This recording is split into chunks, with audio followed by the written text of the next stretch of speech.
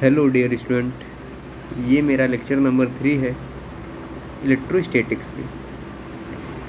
इस लेक्चर में हम बात करते हैं electric field intensity due to an dipole. किसी भी डाइपोल पे इलेक्ट्रिक फील्ड इंटेंसिटी कितनी होती है, इसके बारे में हम बात करते हैं। चलिए, अब इसमें कुछ केसेस होते हैं, जैसे electric field intensity of electric dipole due to axial line, electric dipole due to an equatorial surface, torque in electric dipole, work done in electric dipole, number of oscillation in electric dipole, potential energy in electric dipole. तो ये सारी चीज़ें हम cover करेंगे, लेकिन एक एक lecture में कवर करेंगे, क्योंकि टॉपिक्स काफ़ी बड़े हैं।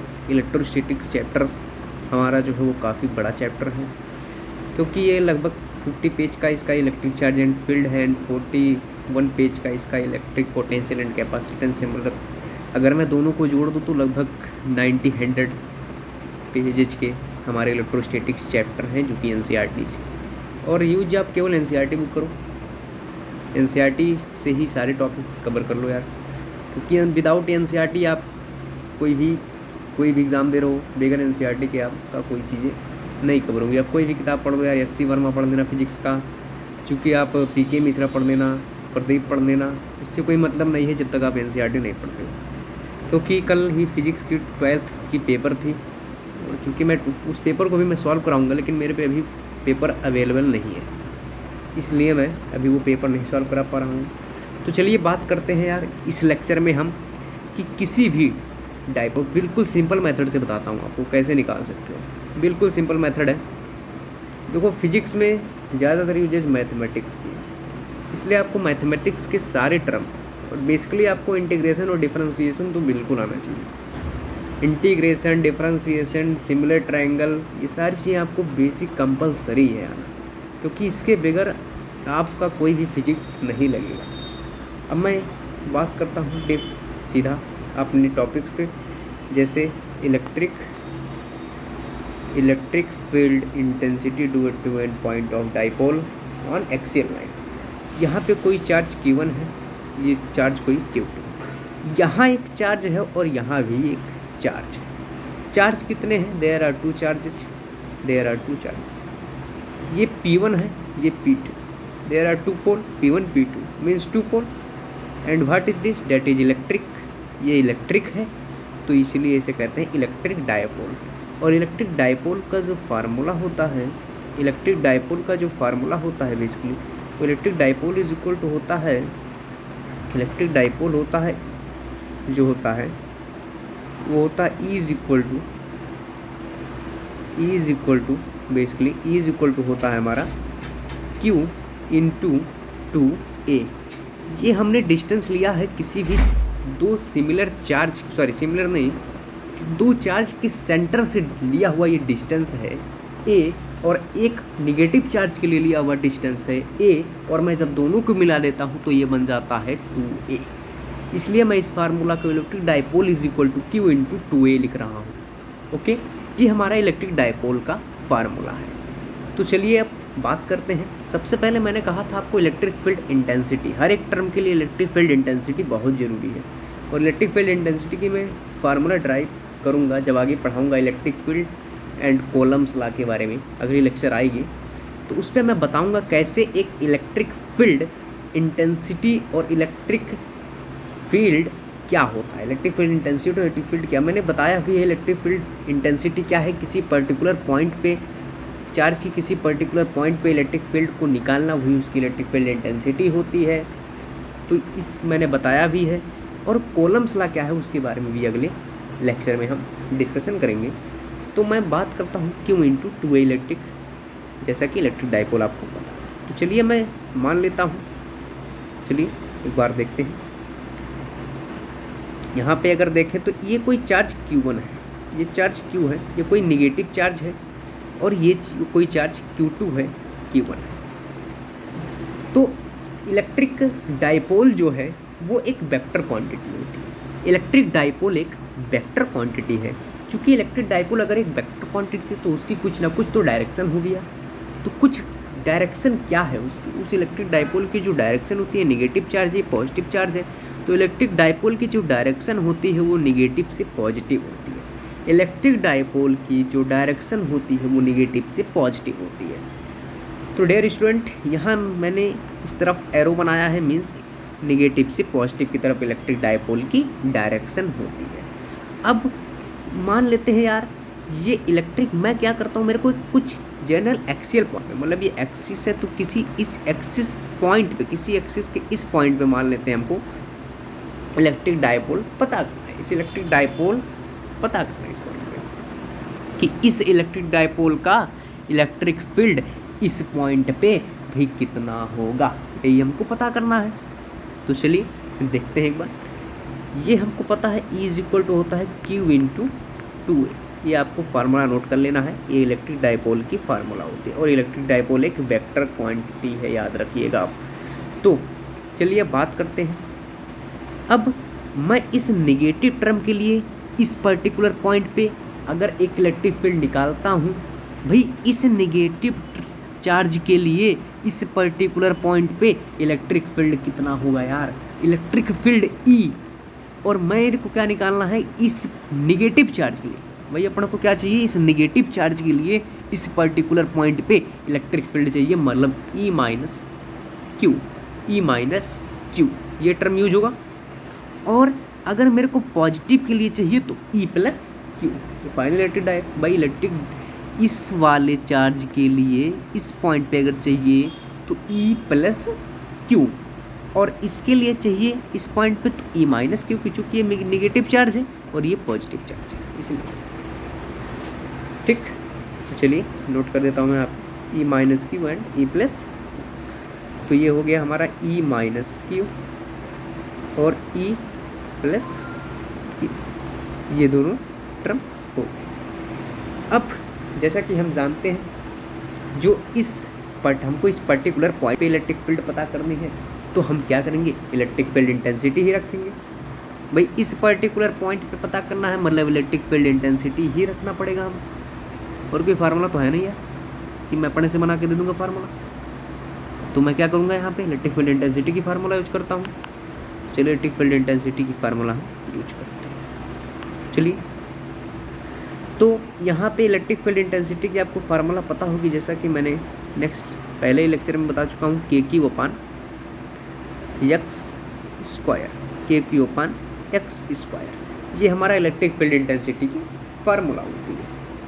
अब यहाँ पे एक्स स्क्वायर क्या है, ये पूरी डिस्टेंस यहाँ से यहाँ तक की ये है हमारा एक्स स्क्वायर, यहाँ से पूरा डिस्टेंस x तक का, यहाँ से पूरा पर्टिकुलर पॉइंट तक का डिस्टेंस हमारा क्या है, एक्स स्क्वायर है, x। Okay now x distance है, और ये वाला डिस्टेंस है 2a, ये वाला डिस्टेंस है 2a, ये वाला डिस्टेंस कितना है 2a। तो अगर मैं इस सेंटर से इसका डिस्टेंस लेता हूँ तो a, और इसका डिस्टेंस लेता हूँ तो a प्लस 2a। क्यों, अब यहाँ से अगर मैं बात करता हूँ, और ये वाली जो डिस्टेंस है ये वाली a हो गई, और a और ये वाली डिस्टेंस हमारी होती है r, ये वाली डिस्टेंस हमारी होती है r। तो इस x की जगह मैं लिख सकता हूँ a प्लस r। तो चलिए इलेक्ट्रिक फील्ड इंटेंसिटी कॉमन ले लिया, जैसा कि आपने पढ़ा था E plus Q and E minus Q. तो एक में E प्लस क्यू के टर्म में था, एक में E माइनस क्यू के टर्म में था। तो चलिए एक बार देख लेते हैं यार यहाँ पे। तो एक्स स्क्वायर की जगह क्या रखूँगा, एक्स स्क्वायर की जगह क्या रखूँगा, अब इस एक्स स्क्वायर की जगह मैं क्या रखूँगा, एक्स स्क्वायर की जगह मैं क्या रख दूँगा, ये वाली ये डिस्टेंस थी, ये पूरा एक्स डिस्टेंस था, और ये था हमारा r। तो एक में लिख देता हूँ मैं a प्लस r का whole square, a plus r का होल स्क्वायर, और एक मैं रख देता हूँ क्या, KQ upon a plus r का होल स्क्वायर। और जब इसको आप फाइंड करेंगे तो ये बन जाएगा a square plus r square का square, a square plus r square का स्क्वायर। तो चलिए एक बार रख देते हैं। तो यहाँ पे हम लिख देंगे a square plus a square sorry यहाँ पे थोड़ा गड़बड़ हो गया है। ए स्क्वायर प्लस आर स्क्वायर का स्क्वायर, और अब यहाँ पे मैं लिख दिया क्या, ए स्क्वायर प्लस आर स्क्वायर का स्क्वायर। मेरे को पता है यार कि ई प्लस क्यू की टर्म में चल रहा था, ई माइनस क्यू की टर्म में चल रहा था, तो यहाँ पे मैं के क्यू को कॉमन ले लेता हूँ, के क्यू को मैं कॉमन लेता हूँ और नीचे मैं लिखता हूँ ए स्क्वायर प्लस आर स्क्वायर का स्क्वायर। अब मेरे को क्या चाहिए यार, यहाँ पे अब ई प्लस क्यू और ई माइनस क्यू, तो यहाँ पे मैं लिख सकता हूँ ए प्लस आर का होल स्क्वायर, एक टर्म में ए माइनस आर का होल स्क्वायर। ओके, ये मैं लिख दूंगा। अब जो फाइनल आएगा इसका, जब आप स्क्वायर ये वाला जो है आप जब निकालेंगे तो ए प्लस आर का स्क्वायर करेंगे तो स्क्वायर प्लस आर इस तरह से निकलेगा, और ए माइनस आर का स्क्वायर करेंगे तो finally minus plus r cancel हो जाएगा, हमारा जो आंसर बचेगा 2a तो यहाँ पर 4a हो जाएगा, ये 2a और 2a 4a हो जाएगा हमारा। तो अब मैं क्या लिखूँगा फाइनली, अब यहाँ पे मैं लिख देता हूँ फाइनल। ये फाइनल क्या होगा, एक बार इसको मिटा देता हूँ, ठीक है, तो एक बार मिटा देता हूँ।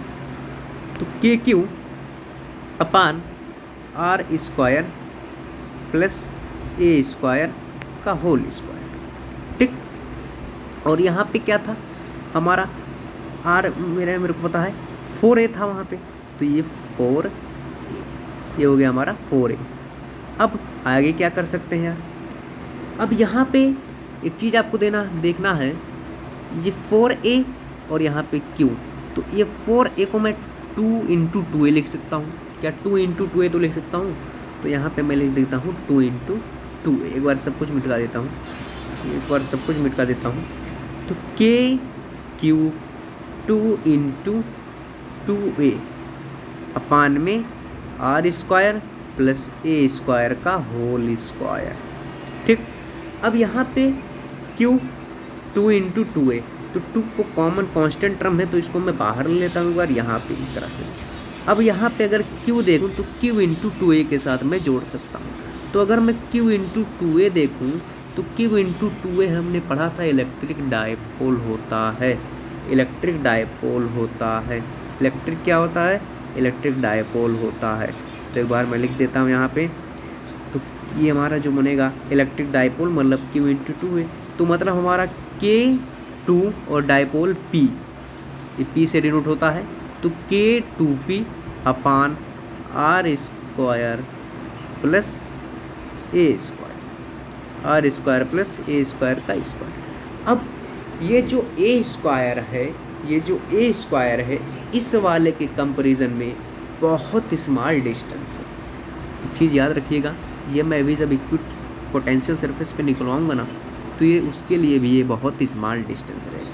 तो ये वाला इसके कंपैरिजन में बहुत छोटा है, इसलिए हम इसको नहीं लिखेंगे। तो जो हमारा फाइनल डायपोल निकलेगा, जो फाइनल इलेक्ट्रिक फील्ड निकलेगी डायपोल पे एक्सियल के, वो बन जाएगा आर स्क्वायर।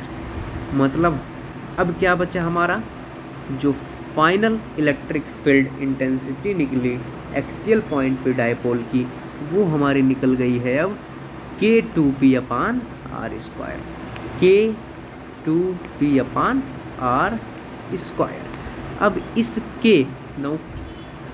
K को मैं लिख सकता हूँ, ये एक परमिटिविटी कांस्टेंट होती है, तो K की वैल्यू है 1/4πε0, ठीक।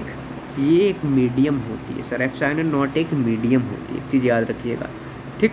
तो यहाँ पे K2P मतलब P और इलेक्ट्रिक डायपोल और इस फार्मूले को मैंने ड्राइव करा दिया है। तो किसी भी पर्टिकुलर एक्सियल पॉइंट पे इलेक्ट्रिक डायपोल के किसी एक्सियल पॉइंट पे एक इलेक्ट्रिक फील्ड इंटेंसिटी इतनी होती है, ठीक। नेक्स्ट लेक्चर में बात करेंगे electric field intensity due to dipole on equatorial surface. इसी इक्वेटोरियल पॉइंट पे हम अगली बार जब आएंगे तो उसमें बात करेंगे लेक्चर नंबर 4 में। तो धन्यवाद। वीडियो कैसी लगी आप बताएंगे।